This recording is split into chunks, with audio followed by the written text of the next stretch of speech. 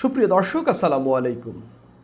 সংসদে জামাতের একজন এমপি তার বক্তব্যে বলেছেন ২০১৪ সালের ৫ জানুয়ারির নির্বাচনের আগে শেখ হাসিনা সরকারের পতনের দুটি বড় অ্যাটেম্প নেওয়া হয়েছিল এবং এই দুটি অ্যাটেম্পটি সফল হয়নি বিএনপির কারণে, যার ফলে এই দুটি অ্যাটেম্পটি মাঠে মারা গেছে এবং শেখ হাসিনা সরকারের পতন ওই নির্বাচনের আগে করা যায়নি। এবং তিনি আরও বলছেন যে ওই সময় সরকার পতন ঘটিয়ে ফেললে এই সরকারটি এতদিন ক্ষমতায় থাকতো না এবং এই ফ্যাসিবাদী শাসন ব্যবস্থা কায়েম হতো না। স্পষ্টত এই যে শেখ হাসিনা সরকার ফ্যাসিস্ট হয়ে উঠেছে বা ফ্যাসিবাদী শাসন ব্যবস্থা কায়েম করেছে, এর দায় তার কথাবার্তায় সম্পূর্ণ ইঙ্গিত হলো এর দায় বিএনপির কারণে হয়নি, কেননা তারা সে সময় অ্যাটেম্প নিয়েছে এবং বিএনপি চাইলে বা বিএনপি তাদের সঙ্গে যুক্ত হইলে তখনই শেখ হাসিনা সরকারকে ফেলে দেওয়া যেত। তিনি স্পষ্টত দুটি ঘটনার কথা বলেছেন। কোন দুটি ঘটনা? সেই দুটি দিনে কি ঘটেছে, বিএনপি কেন জামাতের সেই সময়ের এই আন্দোলনে যুক্ত হয়নি বা শেখ হাসিনা সরকারের পতন ঘটায়নি, সেসব নিয়ে আলাপ করব। এখানে বেশ ইন্টারেস্টিং কিছু আলাপ রয়েছে এবং এমন ইন্টারেস্টিং আলাপ যে বিএনপি আসলে ফাঁদে পা দেয়নি, এটা এখান থেকেই আপনি আলাপের মধ্য দিয়ে স্পষ্ট হবে। এই যে বক্তব্যটি দিয়েছেন তিনি হলেন সিরাজগঞ্জ ৪ আসনের এমপি রফিকুল ইসলাম খান।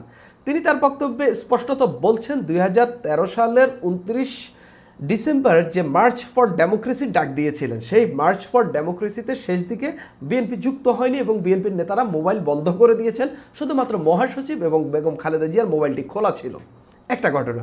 আর হচ্ছে ৫ই মে ২০১৩ সালের ৫ই মে শাপলা চত্বরের দিন, সেদিনও সরকার পতন ঘটিয়ে দেওয়া যেত। এই দুইটা ঘটনারই আমি সাক্ষী।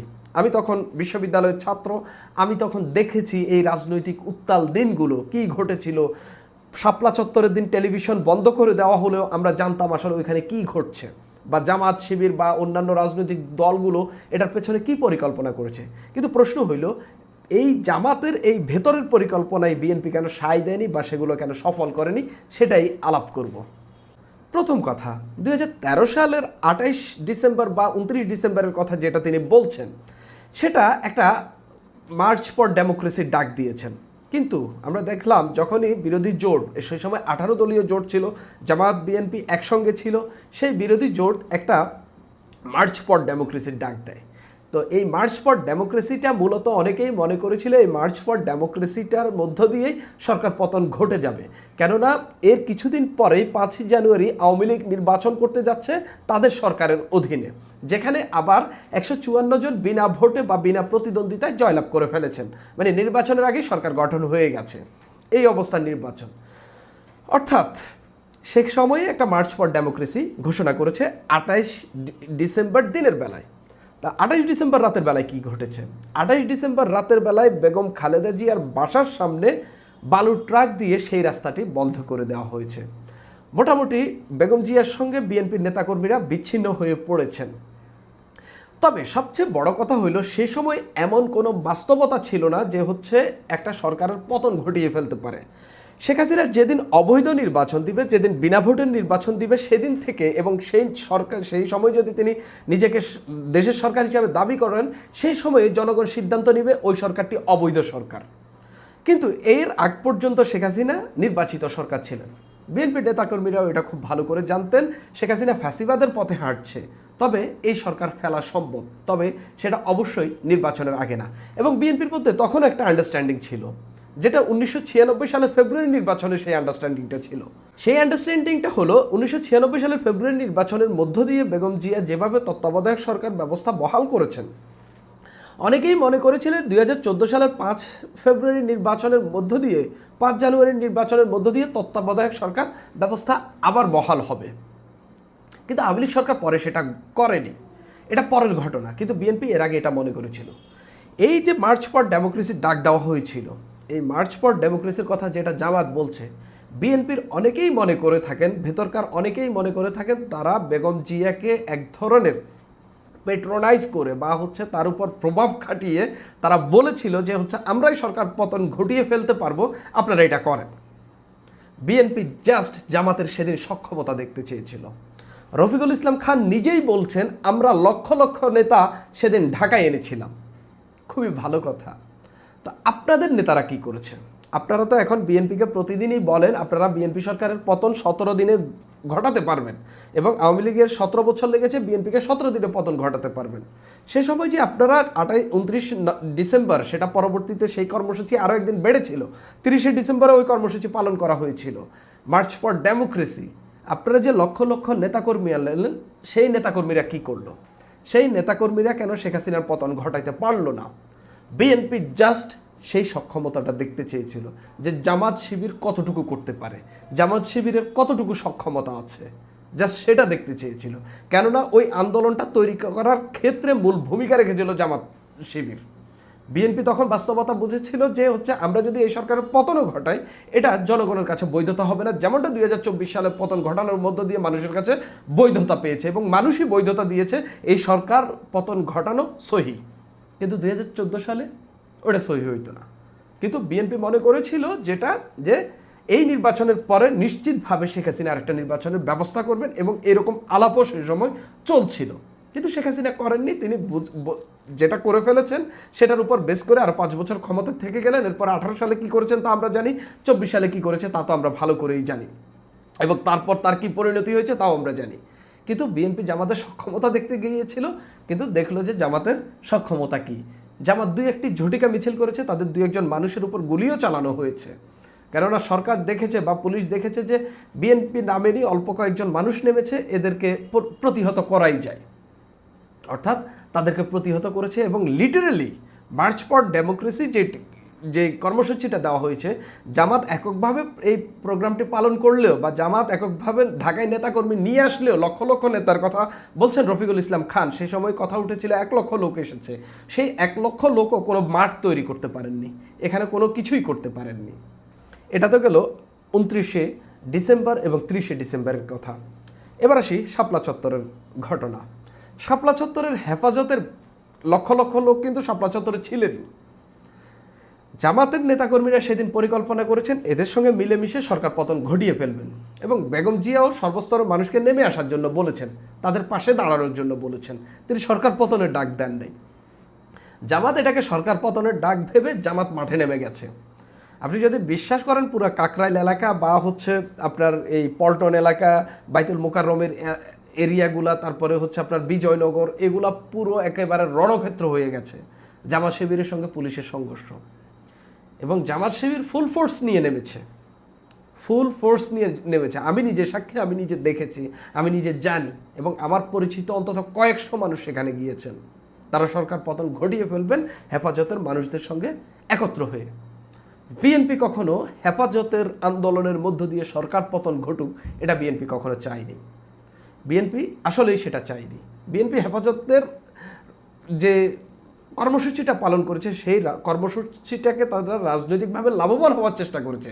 কিন্তু হেফাজতের কর্মসূচির মধ্য দিয়ে সরকার পতন হোক বা একটা ইসলামী বিপ্লবের মতো হয়ে যাক, পরবর্তীতে হেফাজত এখান থেকে রাজনৈতিকভাবে বড় ফায়দা নিক, এটা বিএনপি চায়নি। এটা ছিল তখনকার রাজনৈতিক বাস্তবতা। কিন্তু জামাত চেয়েছিল কার হাতে পতন হবে সেটা জামাতের জন্য মুখ্য ছিল না। কিন্তু জামাতের নেতাকর্মীদের অলরেডি সে সময় বিচার চলছে, এর আগে শাহবাগ হয়ে গেল, সেখানে জামাতের নেতাকর্মীদের শাহবাগের চাপে আমরা দেখলাম কিভাবে আদালত রায় পাল্টে দিচ্ছে এবং রায় দিচ্ছিল। অর্থাৎ জামাতের তখন অস্তিত্ব রক্ষার লড়াই ছিল। কিন্তু অস্তিত্ব রক্ষার লড়াই করতে গিয়ে জামাত 2-2বার বড় অ্যাটেম্প নিয়েছিল, যেটা রফিকুল ইসলাম খান বলছেন। তো আপনি তো বড় দল, 77টা আসন পেয়েছেন, আপনাদের জোট, তো আপনার দল কেন 2014 সালে পারল না একটা সরকারের পতন ঘটাতে, কিংবা একটা সরকারের ভিত কাঁপিয়ে দিতে, বা একটা সরকারকে বাধ্য কেন করতে পারেনি যে আগামী নির্বাচনটা আপনারা দেবেন না এবং আপনার তত্ত্বাবধায়ক সরকার ব্যবস্থা বাতিল করার? আপনারা এককভাবে আন্দোলন করে কেন এই তত্ত্বাবধায়ক সরকার ব্যবস্থাটা পুনর্বহাল করতে পারলেন না? ওই যে এখানে কথা সত্য হচ্ছে ফজলুর রহমানের কথা, বীর মুক্তিযোদ্ধা ফজলুর রহমান, বিএনপির এমপি, কিশোরগঞ্জ 4 আসন থেকে যিনি নির্বাচিত হয়েছেন, যার বক্তব্যের পরে ব্যাপক সমালোচনা হচ্ছে, সেই ফজলুর রহমানের কথা। জামাত আন্দোলন করবে, নানান কিছু করবে, মুখে বড় কথা বলবে, কিন্তু রাজনৈতিক আন্দোলনে কখনো জিততে পারবে না। এবং এটাই হলো বাস্তবতা। এককভাবে আপনি যদি আপনার সক্ষমতা না থাকে, আপনার যদি বিএনপি আপনার পাশে এসে নামতে হয়, তাহলে আপনি ওই কর্মসূচিগুলো নিলেনই বা কেন, বা ওই কর্মসূচির জন্য আপনি কেন ইয়ে করলেন, প্রভাব খাটাইলেন যে হচ্ছে এই কর্মসূচি দেন, আমরা সব মিলেমিশে করে ফেলবো, বা আমরা আমাদের শক্তি আছে, আমাদের ফোর্স আছে। অর্থাৎ তিনি যে কথাগুলো বলছেন এটার বাস্তবতা আছে, কিন্তু তারা প্রভাব খাটিয়েছে।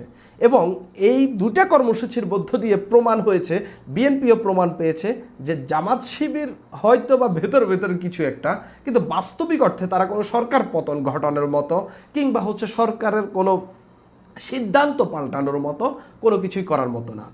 জামাত ইসলামী বলে বিএনপি ওই যে বেগম জিয়ার বাসার সামনে বিএনপির দলীয় কার্যালয়ের সামনে যে বালুর ট্রাক বসানো হয়েছিল, সেই বালুর ট্রাক সরাইতে পারেনি। জামাত কি পেরেছিল তাদের নিবন্ধনটা ফিরিয়ে আনতে আন্দোলন করে? পারেনি। জামাত কি পেরেছিল তাদের যে নিষেধাজ্ঞা দিয়েছিল তাদের দলের উপর, সেই নিষেধাজ্ঞাটা ফিরিয়ে আনতে? আচ্ছা যাক, এটার পর তো সরকার পতন হইল, আমরা নিবন্ধন নিয়েই কথা বলি। জামাত কি পেরেছিল 2015 এই সময় তাদের নিবন্ধন বাতিল হয়, 2018 সালে তাদের নেতারা ধানের শীষ নিয়ে নির্বাচন করতে হয়েছে, তারা কি পেরেছিল তাদের নিবন্ধনটা ফিরিয়ে আনতে? পারেনি। তার জন্য কোনো আন্দোলন তৈরি করতে পেরেছিল? পারেনি। জামাত, আপনি এখন বলতে পারেন 24-এ তারা আন্দোলন করে সেটা ফিরিয়ে এনেছে।